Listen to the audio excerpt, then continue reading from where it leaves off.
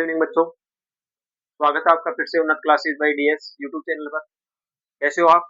आशा करता हूँ सारे बहुत अच्छे होंगे, मस्त होंगे, जबरदस्त होंगे, एंजॉय कर रहे होंगे आप क्लासेस को, पढ़ाई भी कर रहे होंगे। तो स्वागत है दोस्तों आपका फिर से हमारे यूट्यूब चैनल उन्नत क्लासेस बाय डीएस में। अपन बात कर रहे थे मनोविज्ञान की। मनोविज्ञान में अपन ने क्या क्या दे लिया था बच्चों? मनोविज्ञान में अपन ने मनोविज्ञान की परिभाषा, शिक्षा की परिभाषा, शिक्षा मनोविज्ञान की परिभाषा और अधिगम, अधिगम का अर्थ, अधिगम की परिभाषा, ये सब चीजें अपन देख रहे थे दोस्तों। आज की जो क्लास में अपन को देखना था वो अपन अपना जो टॉपिक चल रहा है वो आपका चल रहा है अधिगम। अब बच्चों अधिगम के बारे में जो अपन चीजें देख रहे थे, अधिगम ग्रहण के प्रकार अपन ने देखे थे। अधिगम ग्रहण के प्रकार डेविड आसुबेल के अनुसार देखे थे। सामान्य से प्रकार, बेसिक प्रकार अपन ने देख लिए थे।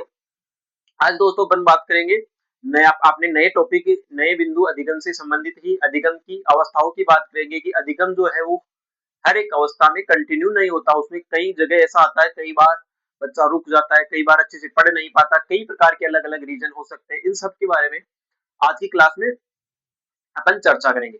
पिछली क्लास में अपन ने देखा था अधिगम ग्रहण करने के प्रकार। अधिगम ग्रहण करने के प्रकार से तात्पर्य था किस प्रकार से बच्चा एक अधिगम में अपनी अधिगम प्रक्रिया को सफल व सरल बना सकता है, इसके बारे में अपन ने पिछली क्लास में बात की थी।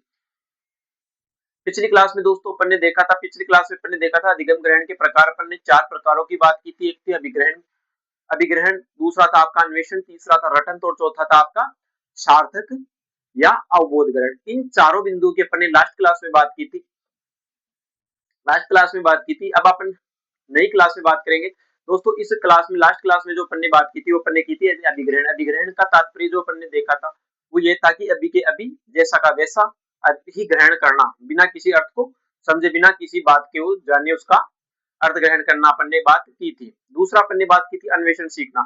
अन्वेषण सीखना से अपन ने तात्पर्य देखा था दोस्तों। अन्वेषण सीखना का मतलब बालक स्वयं खोज करके कोई कार्य सीखता है, कोई चीज सीखता, उसे अपन अन्वेषण सीखना कहते हैं। उसके बाद अपन ने बात की थी रटन सीखना। रटन सीखना से प्रकार सबसे अभिप्राय था बच्चों कि किसी चीज को रटना। इससे संबंधित मैंने आपको नौने पौ वाली कहानी भी सुनाई थी। वो कहानी मुझे लगता है आपको बहुत अच्छी लगी होगी। तो उसके बाद जो अपन ने बात की थी वो आपकी की थी सार्थक या अवबोध सीखना। इन चारों बिंदुओं के बारे में अपन ने बात की थी, जिसमें सबसे जो प्रभावी सीखने की जो सबसे प्रभावी जो विधि बताई गई, जो सीखना सीखना जो सबसे प्रभावी जो सीखना था वो इससे माना गया था आपके अन्वेषण विधि से। अन्वेषण प्रकार का मतलब होता है बच्चों प्रयोग करके या खोज करके सीखना।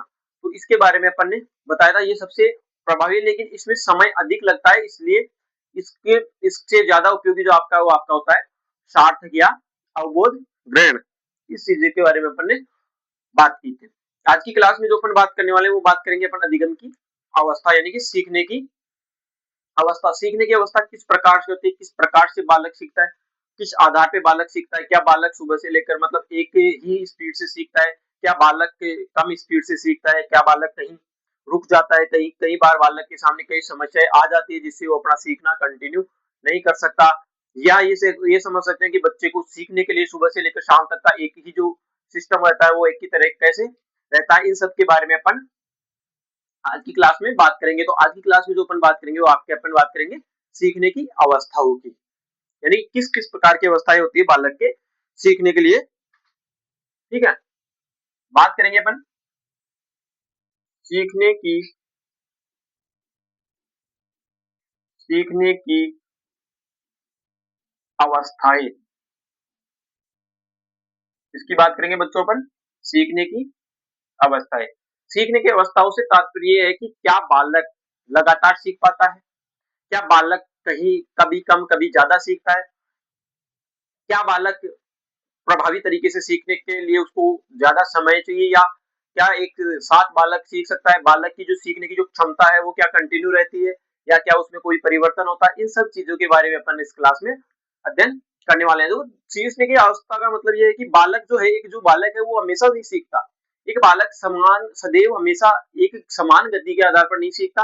बालक की सीखने की जो गति है वो हमेशा समान नहीं रहती, वह समय के हिसाब से अपने समय पर अलग अलग तरीके से होता है। उसमें सीखने की जो मात्रा और गति जो होती है उनमें भिन्नता पाई जाती है, या बालक उसमें भिन्नता प्रकट करता है। इसके अनुसार बालक के अंदर सीखने की 3 मुख्यतः अवस्थाएं बन जाती है। क्या था कि बालक जो है वो सदैव एक गति से नहीं सीखता। पहला बात कि बालक सदैव एक गति से नहीं सीखता। जब बालक एक गति से नहीं सीखेगा तो उसकी गति में भिन्नताएं पाई जाएगी। तो भिन्नताएं पाई जाएगी तो उन चीजों के बारे में अपन देखने वाले हैं। देखने में बच्चों बात ऐसी है कि जैसे सीखने की कोई भी अवस्था है, बालक जो है सुबह से लेकर शाम तक एक बालक एक ही स्पीड में नहीं सीख सकता।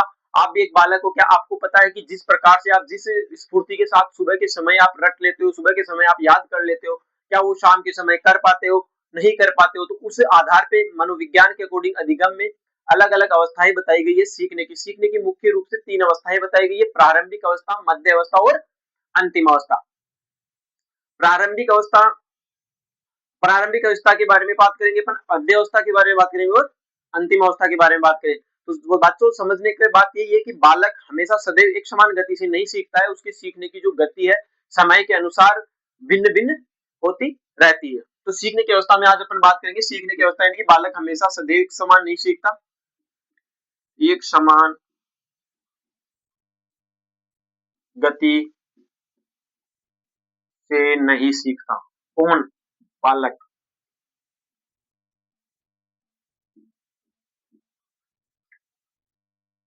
एक समान गति से नहीं सीखता, उसके सीखने की गति के अंदर इसके अंदर गति सीखने की मात्रा भी भिन्न हो जाती है, कभी कई बार ज्यादा सीखता है, कई कम समय कम सीखता है और गति दोनों क्या होती है? अलग अलग होती है। ठीक है, तो इस बात को ध्यान में रखते हुए इस आधार पर मनोवैज्ञानिकों ने सीखने की जो अवस्था है वो 3 बताई है। पहली आपकी प्रारंभिक अवस्था,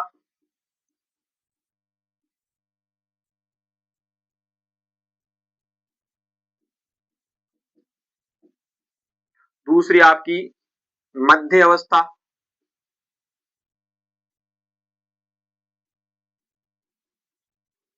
मध्य अवस्था, तीसरी आपकी अंतिम अवस्था।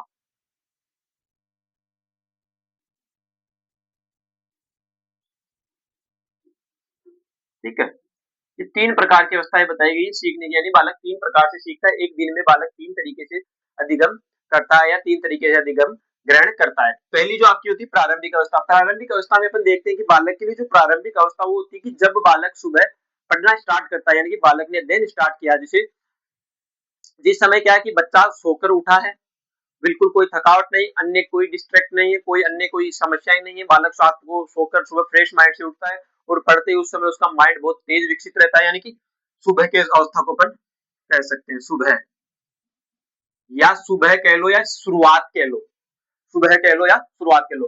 दूसरी जो अवस्था होती है वो आपकी दोपहर कह लो या मध्य कह लो। दोपहर में बालक जब बालक सुबह से सीख रहा है तो वो दोपहर तक सीखने की उसकी क्षमता, गति, मात्रा, शब्द क्या होता है धीरे धीरे कम हो जाती है और अंत में जो अपनी जो अंतिम अवस्था होती है शाम को सीखना।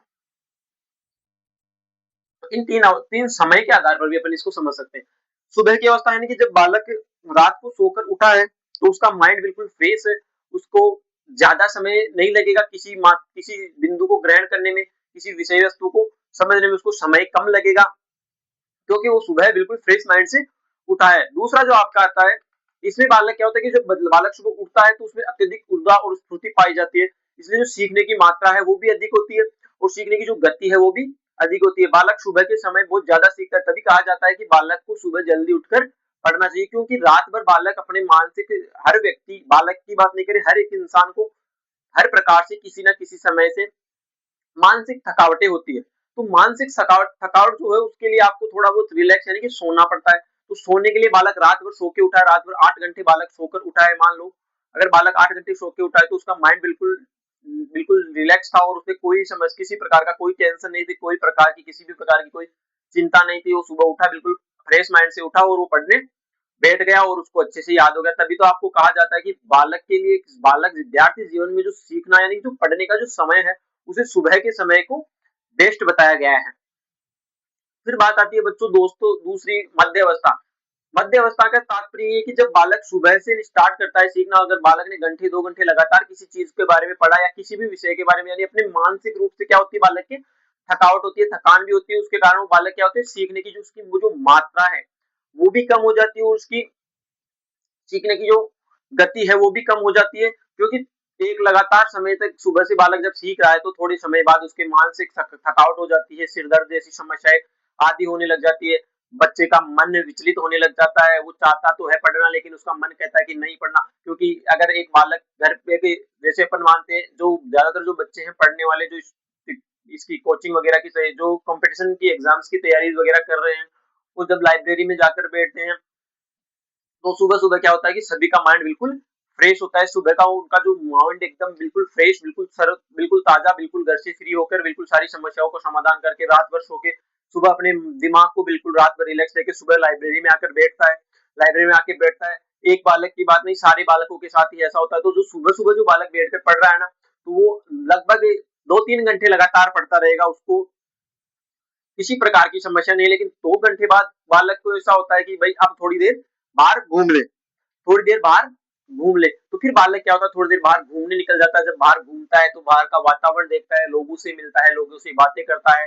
इन सब से क्या उसके मस्तिष्क में अलग-अलग चीज़ें भी आने लग जाती है और जब वो अलग-अलग चीज़ें आती है तो फिर बालक की मानसिक थकान होती है, जिस वजह से बालक दोपहर के जो समय होता है, उसमें वो कम सीखता है, वो ज़्यादा ना सीखते हुए बिल्कुल उसकी जो अवस्था होती है वो मध्य होती है और अंतिम जो अवस्था होती है एक बालक की, अंतिम अवस्था में तो बालक कहता होता है अंतिम सुबह से लेकर शाम तक चलते-चलते बालक के मन में ऐसा आता है कि भाई कब शाम का समय हो या कब छुट्टी का समय हो या कब शाम हो कि मेरी बस का कब टाइम हो कि मैं घर जाऊँ। फिर बालक के मन में जो लास्ट के जो समय होता है 2-3 घंटे का, उसमें ये रहता है कि घर कैसे जाऊँ, घर कब जाऊँ, क्या पता मेरी बस निकल गई, क्या पता ये समस्या आ गई, क्या पता ऐसा हो गया, क्या पता वैसा हो गया। तो उसके माइंड में अलग-अलग चीज़ें आती रहती है। इसलिए बालक जो अंतिम जो अवस्था होती है वो होती है लास्ट में जो शाम की जो अवस्था होती है या जो अंतिम अवस्था होती है।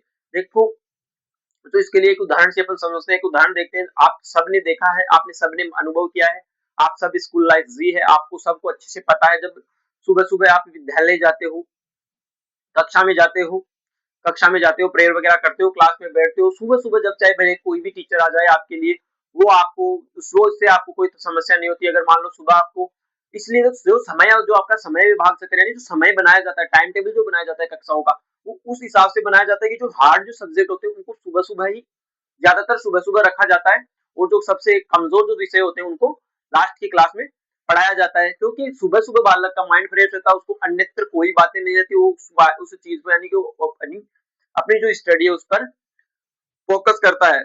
ठीक है, उससे बच्चा क्या करता है, फोकस करता है। तो बालक का जो मानसिक विकास है यानी कि मानसिक थकान नहीं होने के कारण वो ज्यादा फोकस करता है। आपने देखा जब आप स्कूल जाते हो सुबह-सुबह, चाहे भले आपको कोई भी विषय दे दो, कोई भी टीचर आ जाओ, कोई भी टीचर आएगा आपको पढ़ने में, सुबह-सुबह आप 2 घंटे इतना मग्न रहोगे, इतना मस्त तरीके से पढ़ोगे, पूछो मत।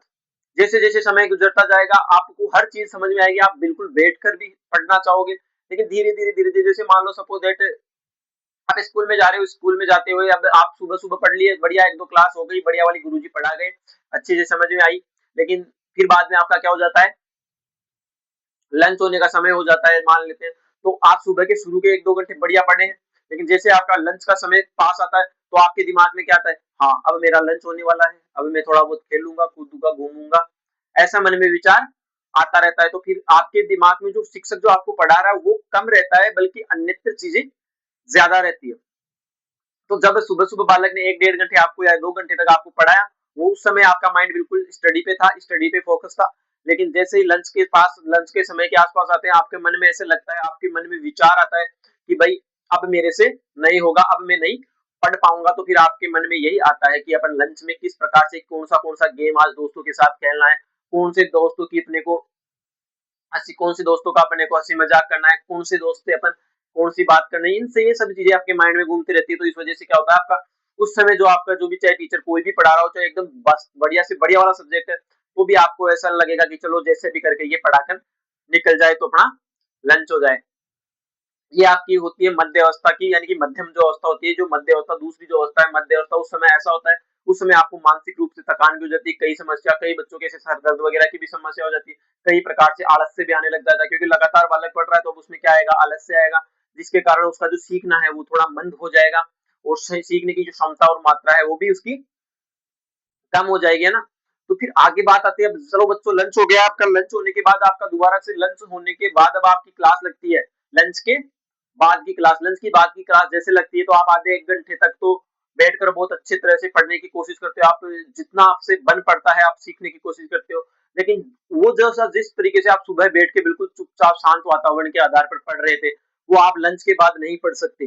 लंच के बाद नहीं पढ़ सकते, लेकिन थोड़ी देर पढ़ोगे 1 डेढ़ घंटे, फिर बाद में आपको लगेगा हाँ भाई अब छुट्टी का टाइम होने लग गया। जैसे मान लो कोई गुरुजी आपका रोज घंटी का टाइम छुट्टी का टाइम होता है, भाई ये वाले गुरुजी आएंगे और हमारी छुट्टी हो जाएगी, क्योंकि बच्चों के माइंड में यही रहता है कि हाँ भाई ये सर पढ़ाने आएंगे उसके बाद अपनी छुट्टी हो जाएगी। अब जैसे ही जैसे ही छुट्टी का समय पास आता है, धीरे-धीरे बच्चे की सीखने की क्षमता बिल्कुल न के बराबर हो जाती है। बच्चे के मन में ये रहता है कि कब छुट्टी हो, कब मैं घर जाऊँ, कब छुट्टी हो, कब घर जाऊँ। कई बार देखा है, आपने भी किया है, सब करते हैं बेसिकली। आपने देखा जब आप स्कूल में पढ़ने जाते थे, जैसे छुट्टी का समय होता तो आप अपना बैग लेकर बिल्कुल बैग वैग पैक करके बिल्कुल जैसे तैयार रहते थे कि जैसे छुट्टी होगी मैं दौड़ के सबसे पहले गेट के बाहर जाऊंगा, क्योंकि उस समय आप क्या होगी, आप बिल्कुल मानसिक रूप से थक चुके हो। अब आपको ऐसा लग रहा है कि अब मेरे से कोई कार्य नहीं होगा, अब मेरे को क्या करना है, अब मेरे को घर जाना है, ये आपके माइंड में रहता है। तो आप बिल्कुल बैग अपना बैग वगैरह जचा कर कंप्लीट बैग पैक करके, और कई बच्चों की तो आदतें ऐसी होती है कि लेके बैग, गुरुजी नहीं है क्लास में तो बैग उठाया और गेट पर जाके खड़े हो गए, और इस पोजीशन में खड़े होंगे जैसे मैराथन आज ही क्वालिफाई करनी है। ऐसे बैग लेके गेट के पास से खड़े रहेंगे, भाई अभी अभी अभी छुट्टी होगी, अभी निकलूंगा, अभी छुट्टी होगी, अभी मैं दौड़ा दौड़ा जाऊंगा, सबसे पहले गेट के बाहर में ही जाऊंगा। तो जब आपकी छुट्टी का समय हो गया, तब आप बिल्कुल मानसिक रूप से पूर्ण, मतलब बिल्कुल मानसिक आपकी थकावट हो चुकी है, आपका माइंड ये चाहता है कि अब जल्दी से हमारी छुट्टी हो जाए और हम घर की ओर लौट जाएं। जैसे ही छुट्टी की बेल बजेगी, जैसे ही जो आपके कर्मचारी हैं वो बेल की तरफ जाते हैं, आप दौड़े दौड़े जाते हैं, भले वो किसी अपने काम के लिए गए, आप गए भाई अब छुट्टी होने वाली है, ऐसा आपके मन में विचार आता है। लेकिन फिर आपको चलो दौड़े, फिर जैसे ही वो जो आपका कर्मचारी है वो छुट्टी ना बजा के कोई अपना दूसरा काम कर लेता, फिर आप रुक जाते हो। फिर थोड़ी देर बाद वो वापस बाहर निकल गया, तो आपके मन में क्या है, आपके मन में सिर्फ एक ही विचार है कि अब तो छुट्टी होने वाली है, अब मैं सबसे पहले गेट के बाहर जाऊंगा, सबसे आगे मैं ही रहूंगा, आज तो घर सबसे पहले मैं ही पहुंचने वाला हूँ। जैसे ही कर्मचारी घंटी के या बेल के पास आता है, तो आप आधे बच्चे तो क्या करते हैं, गेट के बहुत सारा बाहर निकल जाते हैं कि हाँ भाई अब तो छुट्टी होने वाली है, अब अपने को भागना है। अपने कहने का मतलब बच्चों को ऐसा लगता है कि पता नहीं अपन कौन सी जेल में है, कौन सी तिहाड़ जेल में बंद है, अब अपने को घर जाना है। वो मजा जिंदगी का, वो बहुत अच्छा मजा था, उसमें बच्चों ने बहुत एंजॉय किया। आज अपने को वो ये 2 दिन याद आते हैं, क्योंकि अगर आप उस समय अपन थोड़ा समझ लेते, थोड़ा समझदारी का काम करते, तो शायद अपने को और भी अच्छा होता। तो उस समय तो आपके मन में ऐसा था कि भाई मेरे को तो इस जेल से कैसे भी करके जल्दी से बाहर निकल रहा है, ऐसे कर करा के आप कोशिश करते हो। फिर जैसे ही बेल का जो छुट्टी का जो बेल, छुट्टी की जो बेल होती है, छुट्टी की बेल बजी, किस प्रकार से दौड़ते हो अपने बैग को लेके, जैसे पता नहीं मैराथन आज ही क्वालिफाई करना है, कि नहीं मेरे से पहले तो गेट के बाहर कोई नहीं जा सकता। तो कई बार तो क्या होता है कि बच्चे इतने तेज दौड़ते हैं कि कई बच्चे तो दौड़ते हुए गिर भी जाते हैं। उसका रीजन क्या है बच्चों, उसका रीजन ये नहीं है कि उनको घर जाना, उसका रीजन ये है कि वो सुबह से पढ़ते पढ़ते मानसिक रूप से थक चुके हैं। अब उन्हें कुछ समझ में नहीं आ रहा, वो अपने माइंड को फ्रेश करना चाह रहे हैं, ऐसे मन में उनकी भावनाएं होती है।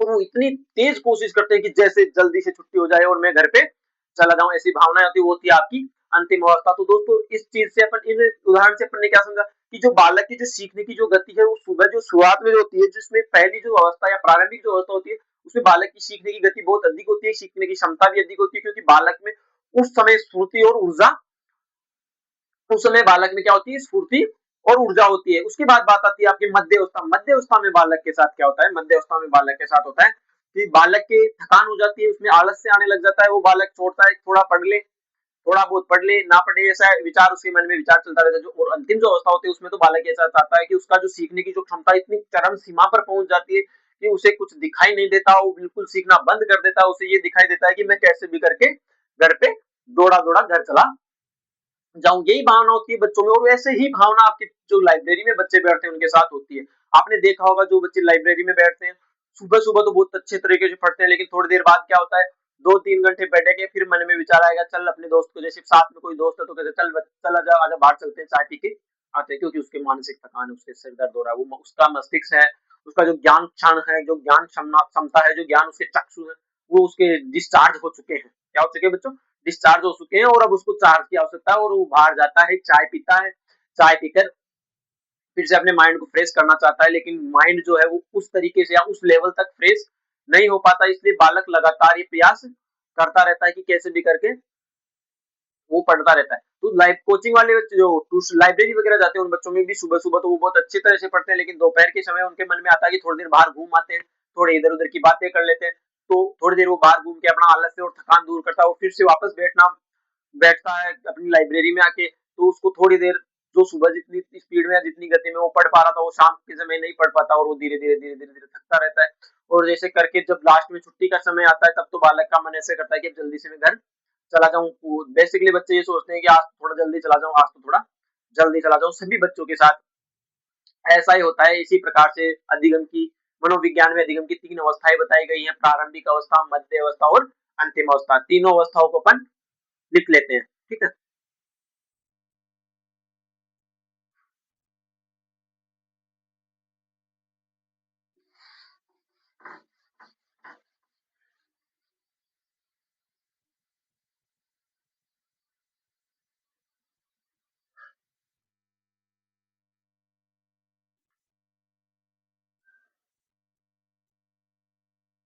तीनों अवस्थाओं को अपन अब लिख लेते हैं। पहली अवस्था बात करते हैं प्रारंभिक अवस्था।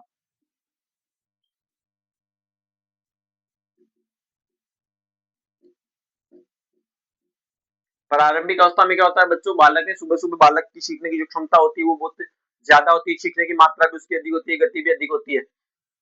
इसलिए इस अवस्था में बालक सबसे ज्यादा अधिगम करता है या सबसे ज्यादा सीखता है। लिखो इसमें, इस अवस्था में,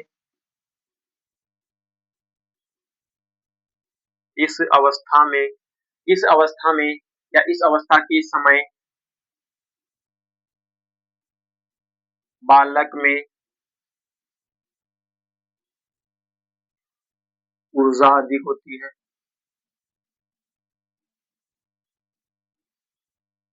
ऊर्जा अधिक होती है। इस अवस्था में बालक में ऊर्जा अधिक होती है या बालक ऊर्जावान होता है, उसकी इसलिए इसमें सीखने की गति व मात्रा अधिक होती है। इसलिए इस अवस्था में, इस अवस्था में बालक के सीखने की, बालक के सीखने की गति व सीखने की गति व मात्रा अधिक होती है। यानी कि जो प्रारंभिक अवस्था है उसमें बालक की जो सीखने की जो क्षमता होती है वो बहुत अधिक होती है, मात्रा अधिक होती है, क्योंकि वो क्या होता है बच्चा सुबह-सुबह यानी कि शुरुआत में बहुत अधिक क्या होता है, ऊर्जावान होता है, उसमें नई ऊर्जा संचरित करती है, वो रात भर अपने मानसिक थकावट जो है वो उसकी समाप्त हो चुकी होती है। सुबह फ्रेश माइंड से वो उठता है, इसलिए उसमें अधिकतर सीखने की जो अवस्था है वो जो प्रारंभिक अवस्था में वो अधिक सीखता है। ठीक है? अगले की बात करेंगे अपन, सीखने की मध्य अवस्था। लिख लिया बच्चों, क्या लिखा? इस अवस्था में या इस अवस्था के समय बालक में ऊर्जा अधिक होती है, इसलिए इस अवस्था में बालक के, इस अवस्था में, इस अवस्था में बालक की सीखने की गति व मात्रा अधिक होती है। ठीक है, दूसरा लिखो।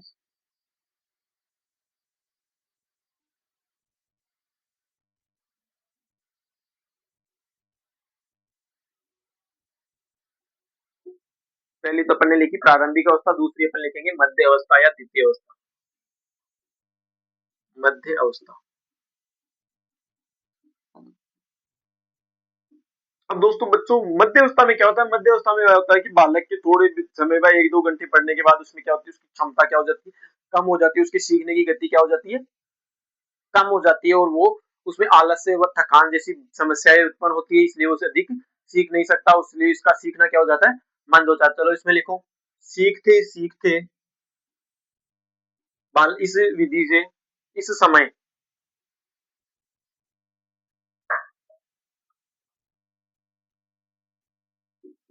इस समय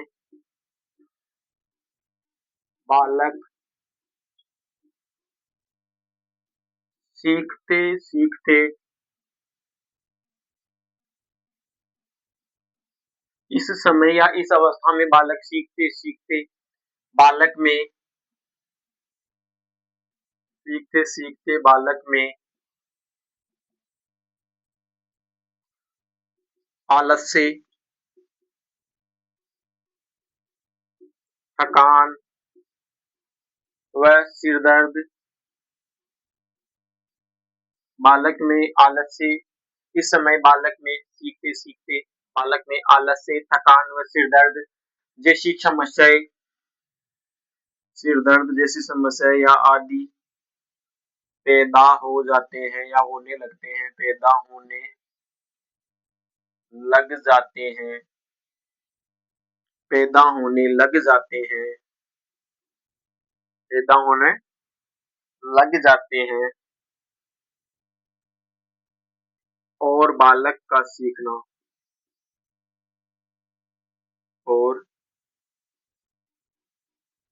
बालक का सीखना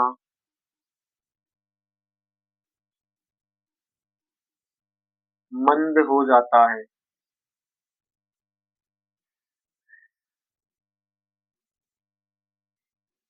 क्या होता है बेटो बच्चों, मध्य अवस्था में ये होता है कि बालक सीखते सीखते क्या होता है कि बालक थोड़े समय बाद थक जाता है, उसमें कई प्रकार से थकान, आलस्य जैसी समस्याएं उत्पन्न हो जाती है, सिर दर्द जैसी समस्याएं उसमें उत्पन्न हो जाती है, आदि समस्या उसमें पैदा होने लग जाती है। इस वजह से बालक क्या करता है, बालक का जो सीखना है वो क्या हो जाता है, आपका मंद हो जाता है। अगली बात करेंगे अपन अंतिम अवस्था की।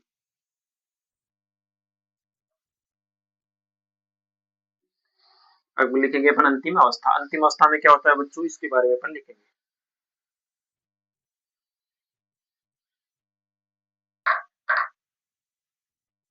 अंतिम अवस्था इसे कहेंगे अपन अंतिम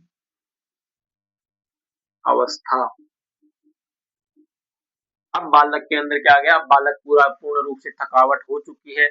अब बालक किसी कार्य को करने के लिए बिल्कुल भी इंटरेस्टेड नहीं है। वो अब ये चाहता है कि मुझे घर जाना है, मैं बिल्कुल थक चुका हूँ, मेरी आज का जो कोटा है वो पूर्ण हो चुका है, अब मुझे क्या करना है, घर जाना है। तो ये मानसिकता बालक में बन जाती है। तो उस समय क्या होता है, इस अवस्था में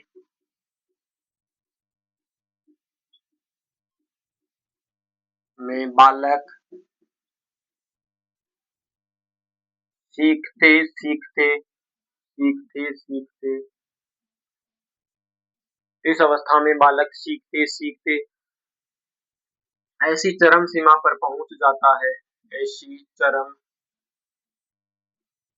ऐसी चरम सीमा पर पहुंच जाता है,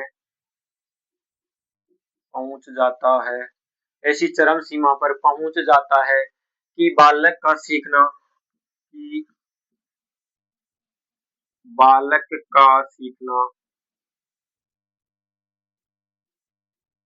कि बालक का सीखना, कि बालक का सीखना बिल्कुल बंद हो जाता है, बिल्कुल बंद हो जाता है। उस अवस्था को क्या कहते हैं, अंतिम अवस्था। तो बच्चों अपन ने क्या बात की, अपन ने तीन अवस्थाओं के बारे में देखा। इसके लिए आगे इसी में एक लाइन और लिखते हैं अपन अंतिम में। जॉन डीवी और गेट्स जैसे अन्य जो मनोवैज्ञानिक है वो कहते हैं कि जब बालक सीखता है तो जो प्रारंभ में तो तीव्र गति से सीखता है, लेकिन मध्य में थोड़ा मंद सीखता है, और फिर उसके सीखने की गति लगभग मंद व मात्र न्यून हो जाती है। लेकिन यह सार्वभौमिक नहीं है, यानी कि ये सभी के लिए जरूरी भी नहीं है। कुछ बच्चे ज्यादा सीखते हैं, कुछ बच्चे कम सीखते हैं। तो एक जो थॉर्नडाइक और अन्य विद्वानों की जो लाइन है उसको भी लिख लेते हैं, उसके साथ ही आपका आज का ये टॉपिक समाप्त होगा।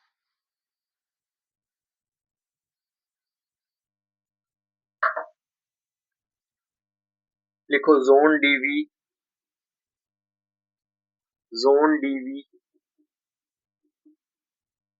John Dewey Gates Thorndike, John Dewey Gates Thorndike, John Dewey Gates Thorndike, John Dewey Gates Thorndike आदि के अनुसार, अन्य विद्वान भी इसमें शामिल है, आदि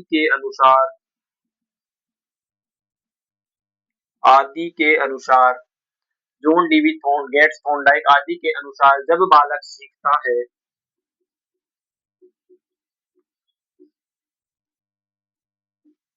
जब बालक सीखता है तो प्रारंभ में तीव्र गति से सीखता है, तो प्रारंभ में तीव्र गति से, मध्य में मध्य में मंद गति से, मंद गति से मध्य में मंद गति से सीखता है, मध्य में मंद गति से सीखता है, और उसके बाद सीखने की जो गति है, उसके बाद फिर उसके बाद सीखने की जो गति है वो लगभग न्यून या मंद हो जाती है। सीखने की गति व मात्रा गति व मात्रा सीखने की गति व मात्रा मंद या मंद व न्यून, यानी कि बिल्कुल हो जाती है, परंतु हो जाती हो जाती है परंतु यह सार्वभौमिक सार्वभौमिक नहीं है। दोस्तों, मनोवैज्ञानिक जॉन डीवी गेट्स थॉर्नडाइक ने कहा कि जब बालक सीखता है, यानी बालक सीखना प्रारंभ करता है, तो प्रारंभ में वो तीव्र गति से सीखता है, मध्य में वो मंद गति से सीखता है, फिर उसके बाद जो सीखने की जो गति व मात्रा मंद व न्यून हो जाती है, यानी कि बिल्कुल अंतिम जो अवस्था होती है उसमें सीखने की गति मंद व मान बिल्कुल न्यून हो जाती है। इसके लेकिन ये सार्वभौमिक नहीं है, सभी के लिए लागू नहीं है। तो दोस्तों, आज की क्लास में इतना ही। अपन कल फिर नई क्लास के साथ, नए बिंदु के साथ फिर से मिलेंगे। आज के लिए इतना ही। धन्यवाद।